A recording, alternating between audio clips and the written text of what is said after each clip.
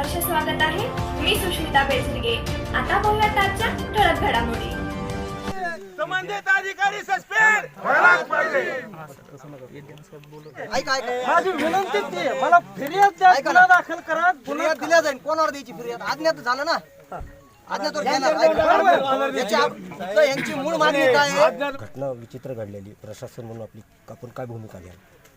आम्ही काय करू, पोलिसांना सांगून तात्काळ नियमानुसार कारवाई करण्याचा प्रयत्न करू. तात्काळ अर्जंट पाहिजे. पोलीस प्रशासन वाळूच्या संदर्भामध्ये कुठलंही डिसिजन फक्त तुम्हाला बंदोबस्त देऊ शकतं, मात्र पोलीस प्रशासनाची जिम्मेदारी महसूल विभागाने गेल्या 4 वर्षापासून टेंडर काढलेले आहेत. असे अनेक बळी सगट अनेक बळी गेलेले आहेत. यावर आपण प्रशासन म्हणून काय कारवाई करणार? नाही, टेंडर काढणं हे आमचं प्रकरण आहे. शासनाकडून टेंडर निघालेलेच नाही आणि हरित लवादामुळे टेंडर अडकलेले आहे.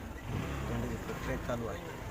टेंडर परंतु ही जी घटना घडलेली ती अत्यंत दुर्दैवी आणि माणूस तिला काढणं फासणार आहे. त्याच्यामुळे आम्हाला सुद्धा अति दुःख होत आहे.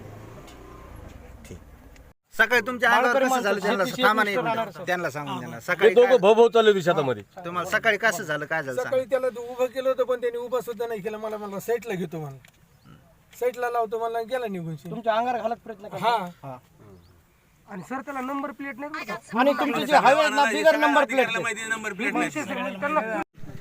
तुम्ही डबल रिप्ले करा त्यांना, लवकर या मला. आणि आम्हाला काय हातात घेऊ नका आता. जी घटना झाली या संदर्भात काय कारवाई केली? आज सकाळी साधारणपणे 5 ते 6 वाजेच्या दरम्यान राक्षस भवन ते राष्ट्रीय महामार्ग या रोडवर गंगावाडी शिवारामध्ये इसम नामे रुस्तुम मते, वय साधारणपणे 55 ते 60 असावं त्यांचा एका अज्ञात वाहनाचा धडकेत मृत्यू झालेला होता. त्या अनुषंगानं गावकऱ्यांचा आरोप असा आहे की अवैध गौण खनिजाची वाहतूक करणाऱ्या वाहनांच्या धडकेत हा मृत्यू झालेला आहे. तर त्या अनुषंगानं या ठिकाणी गावकऱ्यांना ठिया देऊन रस्त्यावर कारवाईची मागणी केली होती. याबाबत आम्ही गावकऱ्यांना संबंधित जे काही गुन्हेगार आहेत यातील त्यांच्यावर गुन्हा दाखल करून योग्य ती कायदेशीर कारवाई करण्यात येईल याबाबत आश्वासित केलेलं आहे. काय झाली घटना, काय सांगाल आणि तुमची प्रशासनाकडे नेमकी काय मागणी असेल?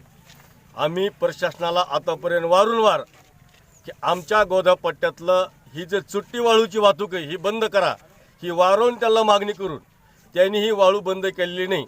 पंचाळेश्वर, सुरळेगाव, राक्षस भवन हे जी महसूल कर्मचारी आहेत आणि उमापूर पोलीस स्टेशन आणि चकलामा पोलीस स्टेशन ह्या पोलीस स्टेशनचे जे कर्मचारी आहेत यांच्या सहमतीने हे रात्रंदिवस हे राक्षस भवनची वाळू उपसा बेसुमार वाळू उपसा होतोय. याचा परिणाम जे काही शेतकरी आहेत, शेतामध्ये जातात, रोडला राहतात, यांना हे त्यांच्या जीवितला धोका आहे. आज सकाळी 5 वाजता रुस्तुम बाळाजी मते हे शेतामध्ये मोटर चालू केले गेलं असताना एका हवेवाल्याने त्यांना धक्का मारला आणि खाली पाडलं. ते त्यावेळेस जिवंत होते, ते आरडत होते. नंतर ते हवा निघून गेल्यानंतर मागच्या हवेवाल्याने त्यांच्या मुंडक्यावरून चाक घातलं आणि त्यांना जागेवर मारलं गेलं. तर आमची ह्या सावळेश्वर, माळस पिंपळगाव, गंगावडी, राक्षस भवन ह्या 6 गावाला एवढीच मागणी आहे.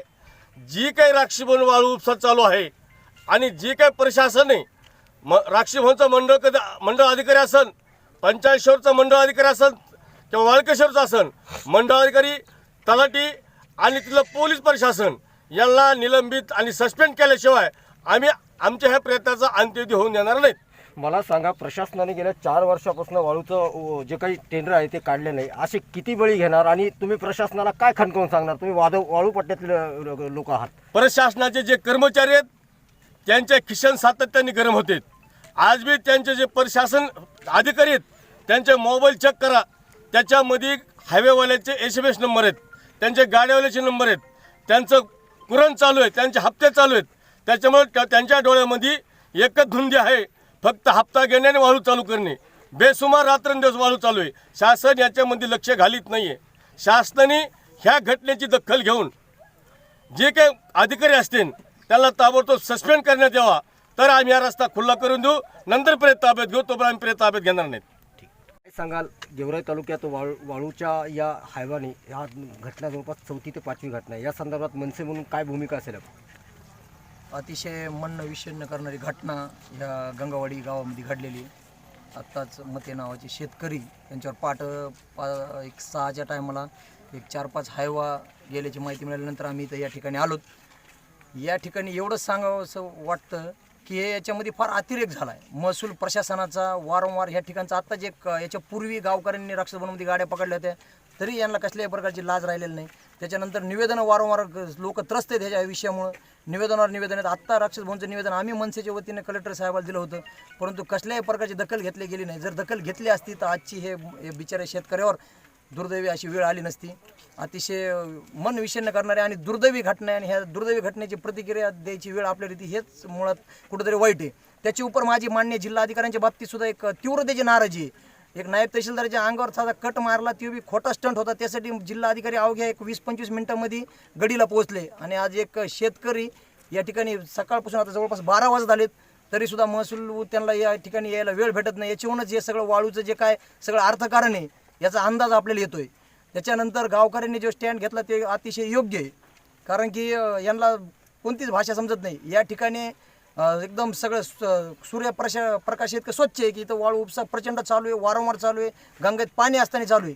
त्याच्यामुळे संबंधित अधिकारी हे 100% निलंबित झाले पाहिजेत एवढं या ठिकाणी मी सांगतो. मला सांगा, मनसेच्या वतीला पुढची भूमिका काय असेल? मनसेच्या वतीने गावकऱ्याच्या खांद्याला खांदा लावून या ठिकाणी आंदोलन केलं जाईल. याच्या पूर्वी देखील आम्ही आंदोलनं केलेत, निवेदनं दिलेत, परंतु ह्याच्यामधले जे अर्थकारणाची जी सगळी साखळी आहे ती एवढी जास्तीची आहे त्याच्यामुळे ह्यांना कशाचा फरक पडत नाही. गेंड्याची कातडी यांनी पांघरलेली आहे आणि अशी ही काही पहिली घटना नाही, आज जवळपास 4थी घटना आहे. तेवढ्या गोष्टी होत्यात. टाईम कटीला आणि ते विषय संपवतो. एक मागच्या पांढरवाडी फाट्यावर आपली एक भगिनी कॉलेजला जात असताना तिच्या वडिलाला चेंगरेलं, त्या ठिकाणी ती बिचारी मृत झाली आणि हरामखोरांनी त्याच्यानंतर ते ट्रॅक्टर विना दंड सोडले. एवढं हे ठिकाणी यांचा माज आला यांना. मला सांगा, मनसेच्या वतीने जी घटना झाली की पोलीस प्रशासन असेल किंवा महसूल प्रशासन असेल हे आमच्याकडे तक्रार आली नाही, आम्ही काही करू शकत नाही, आम्हाला प्रेताची विल्हेवाट लावून द्या, परंतु शेतकऱ्यांनी जोपर्यंत सस्पेंड करणार नाहीत किंवा इथल्या गावकऱ्यांनी सस्पेंड करणार नाही तोपर्यंत प्रेताला हात लावू देणार नाही अशी भूमिका घेतली. काय मनसे त्याच्या पाठीशी आहे? गावकऱ्यांची भूमिका एकदम योग्य आहे, कारण की हे सगळेजण त्रस्त आहेत. पण काही वेळेस यांना बी अडचण येतात. एक दुःख कोणी पुढे येऊ शकत नाही. त्याच्यामुळे घटना घडल्यानंतर पुढे आले. हालाकी घटना घडण्याच्या अगोदर जर एवढ्या ताकदीने आले असते तर आज ह्या अशी घटना घडली नसती. आणि ह्या प्रशासनाला तर यांना काही विषयच नाही, काही नाही. निर्लज्ज प्रशासन आहे. हे हरामखोरांना फक्त हे पैशापायी याच्यामध्ये तुम्हाला मी जे सांगितल्याप्रमाणे करोडो रुपयाचं अर्थकारण आहे. हे प्रचंड हत्या आहेत यांना. त्याच्यामुळे हे कुणी याच्याकडे बघितलं जाणार नाही. हे असंच वागणार आहेत. तर त्याच्यामुळे ते बदलणार नाहीत. गावकऱ्यांना आपल्याला याच्यानंतर बदला लागेल. प्रत्येक वेळेस घटना घडण्याची वाट न बघता याच्या पुढे आपल्या त्याला तीव्रतेने हे सगळं हे बंद करावं लागेल. आम्ही मनसेच्या वतीने 100% खांद्याला खांदा लावून या ठिकाणी प्रत्येक वेळेस उभं राहू. ठीक आहे, धन्यवाद. काय सांगाल साहेब, काय कारवाई केली आणि आपण प्रशासन म्हणून काय भूमिका बजावली? आपणाला ज्ञातच आहे की आज सकाळी एका अज्ञात वाहनाच्या धडकेमध्ये या ठिकाणी एक नागरिकाचा चिरडून मृत्यू झालेला आहे. त्या अनुषंगाने या ठिकाणी लोकांच्या जे काही भावना आहेत त्या भावनांचा आम्हाला निश्चितच आम्ही त्या भावनांचा आदरही करतो आणि जी काही घटना घडलेली आहे ती निश्चितच दुःखद आहे. संबंधित कुटुंबाच्या दृष्टीने फार मोठी वाईट घटना आहे. तर त्यांच्या दुःखात देखील प्रशासन निश्चितच सहभागी आहे. अशा घटना खरं तर घडायला नको. भावनांचा विचार करून या ठिकाणी जी काही लोकांनी या ठिकाणी मागणी केली होती त्यानुसार जे काही संबंधित आमचे जबाबदार कर्मचारी आहेत तर त्यांच्यावरती आम्ही चौकशी करून ते जर त्याच्याशी संबंधित आहेत आणि त्यांना ते जर जबाबदार आढळले तर त्यांच्यावरती निश्चितच आम्ही कारवाई करू. धन्यवाद. वाळूच्या पट्ट्यामध्ये वारंवार अशा घटना घडतात, तर नेमकं कोणाला जिम्मेदार धरताना आणि तुमची काय मागणी असेल प्रशासनाला? मी याच्यामध्ये तर जिम्मेदार जागतिक लेवलचे जे गावातले जे स्थानिक पुढारी आहेत, खरोखर हेच मेन याच्यामध्ये कारणीभूत आहेत. यांनी जर समजा कडक केलं, गावामध्ये जर हायवे येऊन दिले नाही ह्या लोकांनी, सरपंचाचं काम आहे की गावामध्ये वाळू उपसा होऊन न देणं. कारण टेंडरच नाहीत. राक्षसवनला टेंडर आहे का गव्हर्नमेंटचं? का जात आहे? आणि ते समजा ह्या स्थानिक कार्यकर्त्यांनी ह्या पुढाऱ्यांनी जर ह्याला जर आळा घातला तर हे हायवे येण्याची गरजच नाही ना. इकडे लोकांना त्रास होणारच नाही. माझे हे काका होते रुस्तुम बाळासाहेब मते आणि माझं भागवत नवले नाव आहे.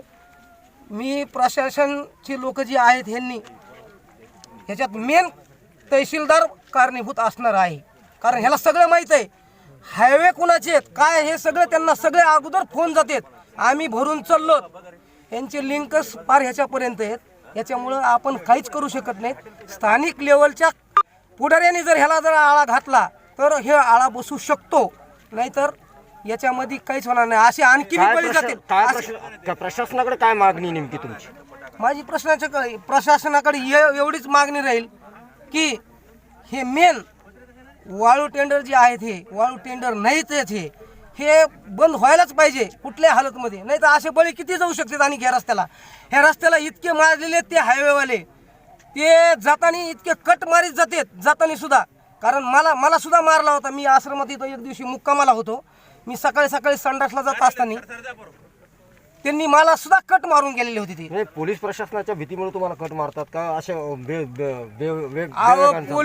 पोलिसांची यांना भीती कसली यांच्या सगळ्या लिंक त्यांच्या साहेब यांच्या फार वरपर्यंत लिंक त्यांच्या कलेक्टरपर्यंत यांना कोणीच आडीत नाही यांच्या नंबर प्लेट सुद्धा नाही त्यांना मला सांगा ना यांना नंबर प्लेट आहेत का मग शासन का झोपलंय का बिगर नंबर प्लेटचे हे वाळू वाहतूक करते ते हां कशामुळे करतात उद्या माणूस मारला तर नंबर प्लेट बी नाही ओळखू आली पाहिजे आज नंबर प्लेट ओळख असते त्या गाडीला तर आज लोकांनी कोणीतरी बघितलं असतं ना ते नंबर प्लेट आहे तर ते हायवे कोणाचा हे ह्याच्यावरून समजलं असतं हे हायवे फक्त तहसीलदार सांगू शकतो की हा कोण होता सकाळी भरून गेलेला बस आणि ह्याच्या स्थानिक पुढारी सुद्धा सांगू शकतात हे कोण होते म्हणून भरायला आले हे मी नाही ठीक काय नाव आपलं भागवत नवले लाईव्ह महाराष्ट्राला नियमित पाहण्यासाठी व्हॉट्सअप फेसबुक इंस्टाग्राम आणि यूट्यूबला भेट द्या तसेच लाईक करा शेअर करा सबस्क्राईब करा आणि बेल आयकॉनला क्लिक करा